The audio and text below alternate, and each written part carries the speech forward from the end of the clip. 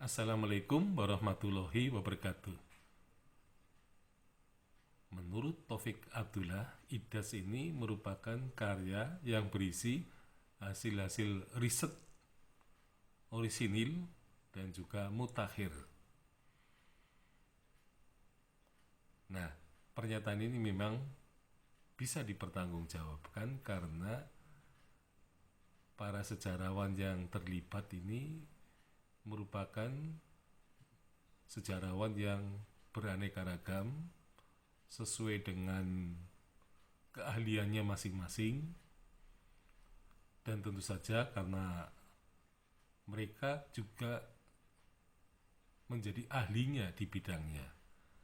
Nah, sehingga di situ akan bisa ditulis artikel yang berkaitan, misalnya kalau peneliti sastra maka akan bisa menyajikan perkembangan sastra atau pengaruh sastra Jawa kuna, misalnya sastra Melayu maupun sastra Indonesia modern. Maka peneliti sastra bisa menyajikan sejarah sastra.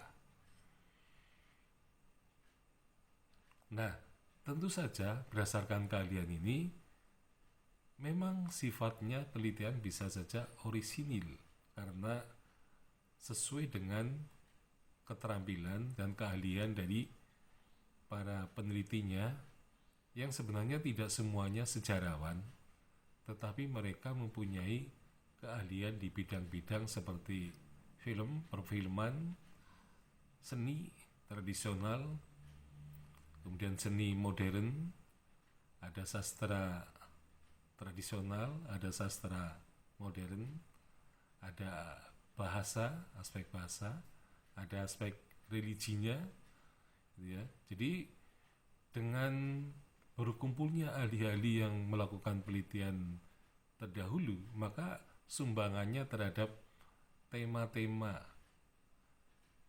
yang ada di dalam buku IDAS ini akan bisa disusun secara kronologis, ya, meskipun nanti ada yang tidak kronologis.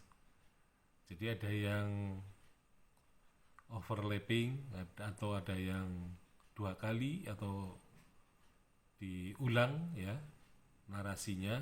Nah, sehingga hal itu tentu saja karena ditulis oleh sejarawan yang lain, maka hal itu terjadi. Jadi terjadi tumpang tindih antara artikel yang satu dengan artikel yang lain. Nah, kalau memang ingin disusun secara kronologis, mestinya antara artikel yang satu dengan yang lain itu harus mempunyai titik temu dan kemudian bisa dilanjutkan atau disambung gitu ya, antara suatu periode dengan periode yang lain. Nah, tetapi memang agaknya hal itu tidak mudah dilakukan karena tadi ya, wawasan keahliannya memang berbeda.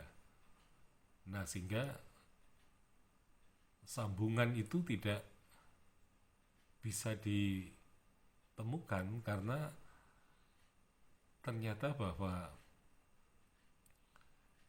interpretasi sejarawan memang sifatnya subjektif, ya, sehingga masing-masing mempunyai pendapatnya sendiri-sendiri, sehingga bisa saja di situ tidak ada titik temu dan juga tidak ada titik kontinuitas dalam penulisannya itu. Nah, IDAS yang disebut sebagai mutakhir, memang mutakhirnya itu baru sejarah pada masa Orde Baru. Jadi ada banyak tema yang pada zaman Orde Baru tidak begitu diperhatikan, ini mulai dinarasikan. Tetapi kemutakhiran IDAS ini sebenarnya baru pada tataran awal, bahkan mungkin bisa dikatakan IDAS jilid yang ke-8 pada subbab yang terakhir, di situ tampaknya baru memasuki tataran refleksi. Bagaimana refleksi dari awal reformasi atau refleksi memasuki periode reformasi. Nah, itu yang baru dituliskan. Jadi belum terjun menulis sejarah pada masa reformasi, khususnya pada masa jabatan Presiden Gus Dur dan Megawati, dan kemudian juga Susilo Bambang Yudhoyono. Nah, tentu saja hal ini pantas disayangkan karena sebenarnya ada jarak ya, waktu yang cukup sebenarnya untuk menulis sejarah, yaitu ketika masa persiapan tahun 2002, persiapan perintisan IDAS tahun 2002 sebenarnya sudah ada 4 tahun.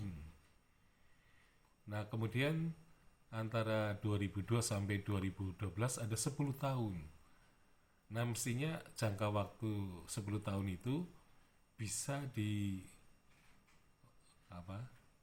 ditulis bersama-sama pada masa ketika sejarah sedang berproses. Tetapi rupa-rupanya hal itu tidak dilakukan. Jadi mutakhirnya hanya masa ketika reformasi itu terjadi. Ya, sekian, assalamualaikum warahmatullahi wabarakatuh.